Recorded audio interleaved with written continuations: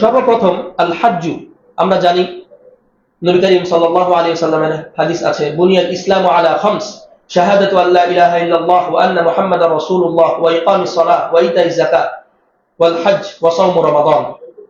তো ইসলামের পাঁচটি মূল স্তম্ভের মধ্যে একটি হলো হজ। অতএব ইসলামকে যে পাঁচটি মৌলিক বিষয়, ইসলাম যে পাঁচটি মৌলিক বিষয়ের উপর দাঁড়িয়ে আছে, এর একটি হলো কি? হজ। এই হজ, এটা আরবি শব্দ। এই হজ শব্দের অর্থ হচ্ছে আল কসদু, অর্থাৎ ইচ্ছা করা। আল হাজ্জু এর অর্থ হচ্ছে আল কসদু, অর্থাৎ ইচ্ছা করা। তবে আমরা কি হজ শুধু ইচ্ছা করার নাম বলতে বুঝি? হজ মানে তো আমরা এটা বুঝি না, হজ মানে ইচ্ছা করা। কেউ ইচ্ছা করলে কি এটা আমরা হজ বলি? এটাকে আমরা হজ বলি না। আরবি অভিধানে বা আরবি ভাষায় হজ শব্দটা একসময় শুধু ইচ্ছা করার অর্থে ব্যবহার হলেও শরীয়ত, ইসলামী শরীয়ত হজকে ইচ্ছা করার অর্থে ব্যবহার করে না। ইসলামী শরীয়তের হজের একটি ব্যাপক মানা, একটি ব্যাপক অর্থ আছে। হজের অর্থ ইসলামী শরীয়তে হলো আল হাজ্জু হুয়া কসদু বাইতিল্লাহিল হারাম বিসিফাতিন মাখসুসা বিশারাইত মাখসুসা ফি আইয়ামিন মাখসুসা। এটা হলো হজের ইসলামী শরীয়তের পারিভাষিক অর্থ। এর বাংলা হলো কসদু বাইতিল্লাহিল হারাম, আল্লাহর ঘর জিয়ারত করার ইচ্ছা করা। আল্লাহর ঘর জিয়ারত করার ইচ্ছা করা।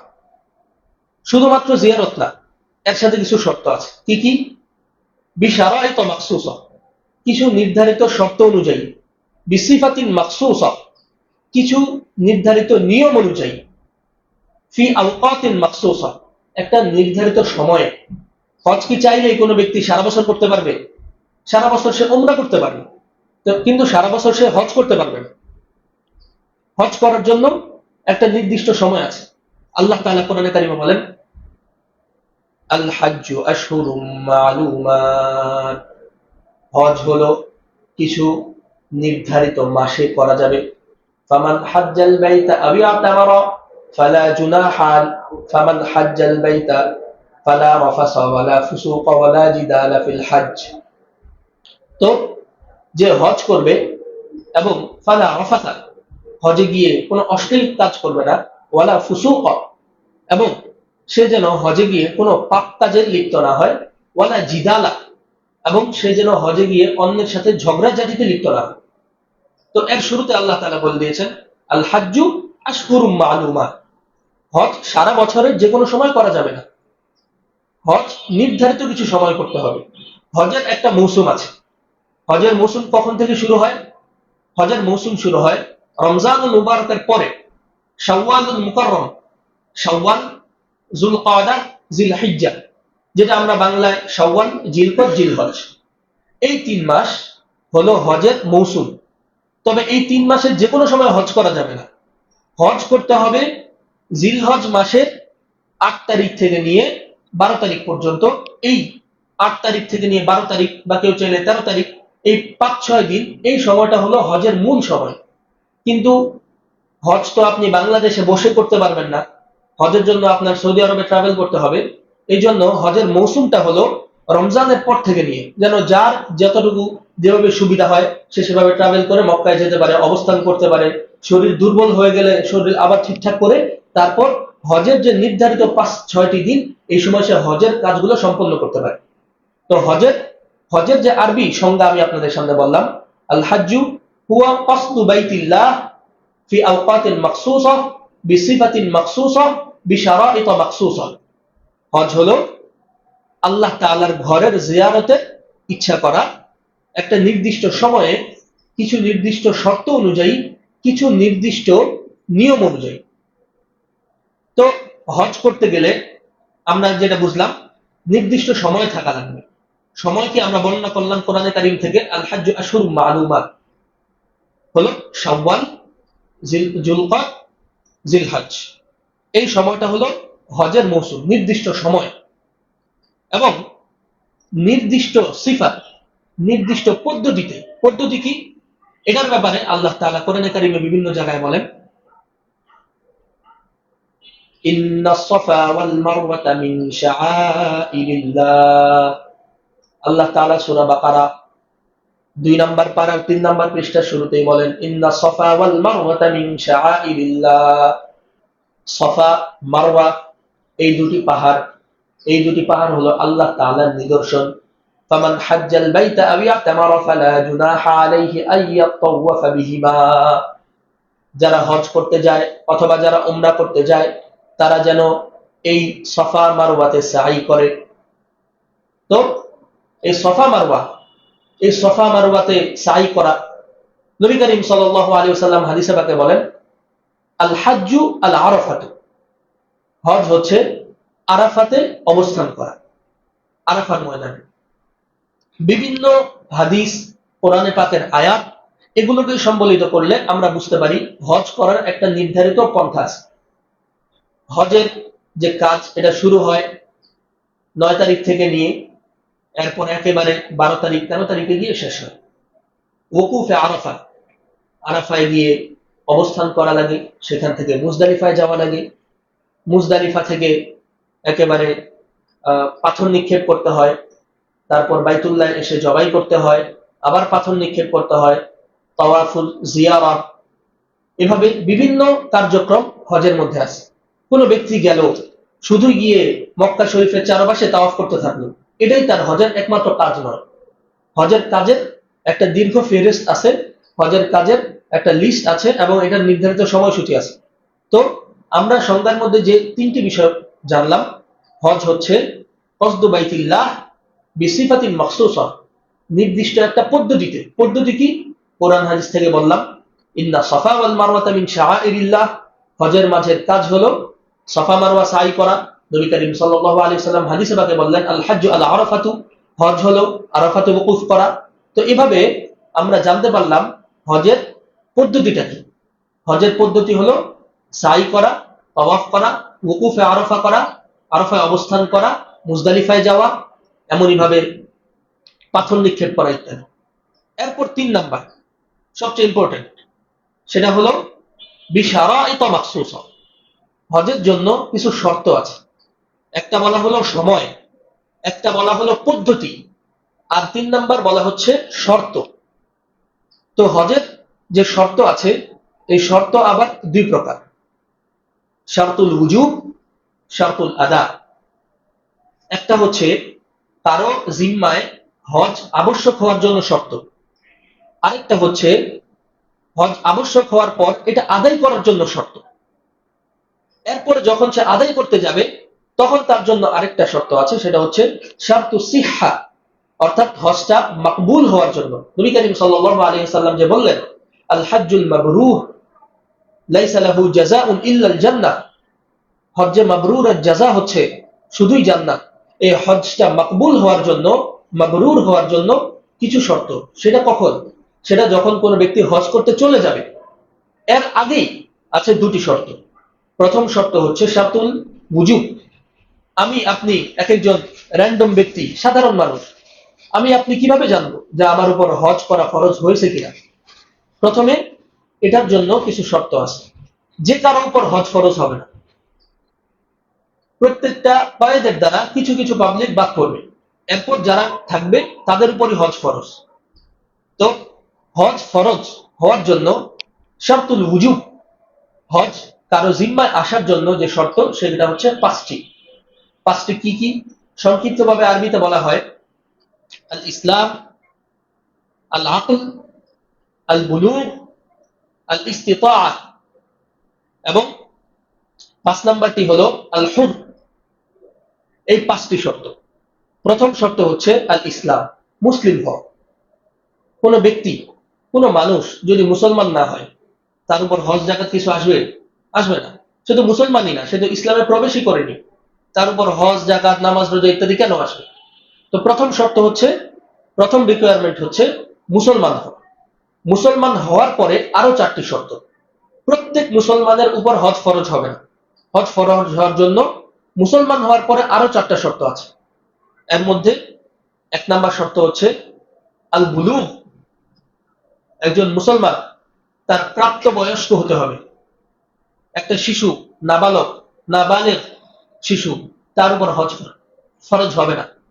সে যদি পিতামাতার সাথে গিয়ে হজ করেও আসে, তবুও বড় হওয়ার পর তার উপর আবার হজ ফরজ হবে। কোন শিশু তার উপর হজ ফরজ হবে না, কমপক্ষে তার বালেগ হওয়া লাগবে। আল কুরুব মিন হাদ্দিল বুলুগ, বালেগের কাছাকাছি শিশু, তবুও হবে না। পরিপূর্ণ বালেগ হওয়ার পর তার উপর হজ ফরজ হবে। শুধু বালেগ হলেই চলবে না, আল্লাহ আকল, তার সুস্থ মস্তিষ্ক থাকা লাগবে। কোন ব্যক্তি মানসিক ভারসাম্যহীন, তার উপর হজ ফরজ হবে না। যে ব্যক্তির পূর্ণ বুঝ আছে তার উপরই কেবল হজ ফরজ হবে। তাহলে প্রথম শর্ত বলা হলো ইসলাম, মুসলিম হতে হবে। মুসলিম হওয়ার পর তার বালেগ হতে হবে, বালেগ মুসলমান, প্রাপ্ত বয়স্ক হতে হবে। প্রাপ্ত বয়স্ক হওয়ার পর তার মানসিক ভারসাম্য থাকতে হবে। ভারসাম্যহীন, মানসিক ভারসাম্যহীন তার উপর হজ ফরজ হবে না। এরপরে হলো আল হুররিয়া, যেটা আমাদের বর্তমান সময়ে নাই। আল্লাহ চাহেন তো কখনো আসবে, আল্লাহ না চাইলে কখনোই আসবে না। সেটা হচ্ছে স্বাধীন হওয়া। একটা সময় ছিল যখন মানুষ হতো দুই প্রকারের। এক প্রকারের মানুষ হতো স্বাধীন, হুর, আজাদ। আরেক প্রকারের মানুষ হতো দাস, স্লেভ, অর্থাৎ গোলাম। তাদের নিজেদের কোনো ইচ্ছাধীন ছিল না, তারা মানুষ হওয়া সত্ত্বেও আরেকজনের গোলামি করত। তো আরেকটি শর্ত হচ্ছে আজাদ হওয়া, স্লেভ বা গোলাম না হওয়া, হুর হওয়া। এটা আমাদের বর্তমানের আল্লাহ তাআলার অশেষ মেহেরবানি। আমাদের বর্তমানে এই অবস্থার কারণ নাই। এই আযাব থেকে আল্লাহ তাআলা পুরা মানব জগৎকে মুক্ত করেছেন, এখন আর কেউ গোলাম নাই। অতএব এই শর্ত বর্তমানে প্রযোজ্য না, আগে ছিল, সামনে আসবে কিনা আল্লাহ তাআলা ভালো জানেন। আর পঞ্চম সবচেয়ে গুরুত্বপূর্ণ শর্ত, সেটা হচ্ছে আল ইস্তিতাআ, সামর্থ্য থাকা। সামর্থ্য, সামর্থ্য আল ইস্তিতাআ আবার দুই প্রকার, বাদানিয়া, মালিয়া। একটা হচ্ছে শারীরিক সামর্থ্য, আরেকটা হচ্ছে আর্থিক সামর্থ্য। শারীরিক সামর্থ্য, কোন ব্যক্তি হাঁটতে চলতে পারে। ওই যে কোরআনে কারিমে আছে, ইন্না সফা ওয়াল মারওয়াতা মিন শাআইরিল্লাহ, সাফা মারওয়া সেখানে সাই করতে হয়। সাই মানে কি? সাই মানে হলো দৌড়াতে হয়। সফা মারওয়া আমাদের মতো সমতল ভূমি না, উঁচা পাহাড়। এখন বর্তমানে সৌদি গভর্নমেন্ট এটাকে সিঁড়ির ব্যবস্থা করেছে, তবে তবুও এটা অনেক উঁচা। সেখানে দ্রুত উঠতে হয়, দ্রুত নামতে হয়, অনেক মানুষের গ্যাদারিং। কোনো ব্যক্তি যদি হাঁটতে না পারে, তবে ওই ব্যক্তির জন্য সফা মারওয়ায় সাই করা সম্ভব না। এমনই ভাবে আরো হজে আরো বিভিন্ন কঠিন কঠিন কাজ আছে। তো কোনো ব্যক্তি যদি শারীরিক সামর্থ্য না থাকে, কোনো ব্যক্তি যদি রোগাক্রান্ত হয় এবং তার যদি শারীরিক সামর্থ্য না থাকে, তাহলে তো সে হজের কার্যক্রমগুলো আদায় করতে পারবে না। অতএব তার উপর তখন টাকা থাকা সত্ত্বেও হজ আসবে না। তো আল ইস্তিতাআ, সামর্থ্য। এই সামর্থ্য দুই প্রকার, একটা হলো শারীরিক সামর্থ্য, আরেকটা হচ্ছে মালিয়া, আর্থিক। অর্থাৎ আপনার হজে যাওয়ার জন্য যে ট্রাভেল খরচ আছে, ট্রান্সপোর্টের খরচ আছে, সেখানে গিয়ে স্টে করার জন্য হোটেলের বুকিং খরচ, হোটেলের থাকা খাওয়ার খরচ, আবার আসার জন্য খরচ, এই সব মিলিয়ে বর্তমানে যে একটা 7 লাখ টাকা, 8 লাখ টাকা ইত্যাদি লাগে, এই খরচটা, এই সমপরিমাণ টাকা থাকতে হবে তার পরিবারের সাধারণ প্রয়োজন মিটানোর অতিরিক্ত। সে যদি এমন হয় যে তার 7 লাখ 8 লাখ টাকা আছে, তবে এভাবে না, কিভাবে আছে, তার সমস্ত সহায় সম্পত্তি মিলে আছে 7-8 লাখ টাকা। সে যদি তার সমস্ত জমি বিক্রি করে দেয়, তার থাকার ঘর বিক্রি করে দেয়, তার ব্যবসার দোকান বিক্রি করে দেয়, তবে সে 7-8 লাখ টাকা কামাইতে পারবে, তখন তার উপর হজ খরচ হবে না। যখন কোনো ব্যক্তি জাদ ওয়া রাহিলা, অর্থাৎ জাদ পাথেয়, খাওয়ার, ওই জায়গায় থাকার খরচ, আর রাহেলা বাহন, যাওয়ার আসার বিমান খরচ ইত্যাদি কারো কাছে যদি থাকে, তাহলে তার আর্থিক সক্ষমতাটাও পূর্ণ হলো। এই 5টি শর্ত, আল ইসলাম, আল হুর, আল বুলুগ, আল আকল, আল ইস্তিতাআ, এই 5টি শর্ত যদি পাওয়া যায়, তখন আল্লাহর কোন বান্দার উপর হজ ফরজ হবে। এটা গেল তার ব্যক্তিগত কাজ। এরপরে যদি কারো কাছে এই 5টা শর্ত পাওয়া যায়, এই 5টা শর্ত পাওয়ার দ্বারা তার উপর হজ ফরজ হলো। এখন দ্বিতীয় শর্ত, সেটা হচ্ছে শারতুল আদা। আদায়ের জন্য কিছু শর্ত আছে। প্রথমে দিল কি? শারতুল উজুব, কোন বান্দার উপর হজটা ফরজ হবে কিনা। তো কোনো বান্দার উপর হজ ফরজ হওয়ার শর্ত পাওয়া যাওয়ার পর দ্বিতীয় শর্ত হচ্ছে শারতুল আদা, অর্থাৎ সে কি এখন আদায় করতে পারবে কিনা। সেটা কি? সেটা হলো আত-তরিক। পুরুষের জন্য হলো রাস্তা, নিরাপদ থাকা।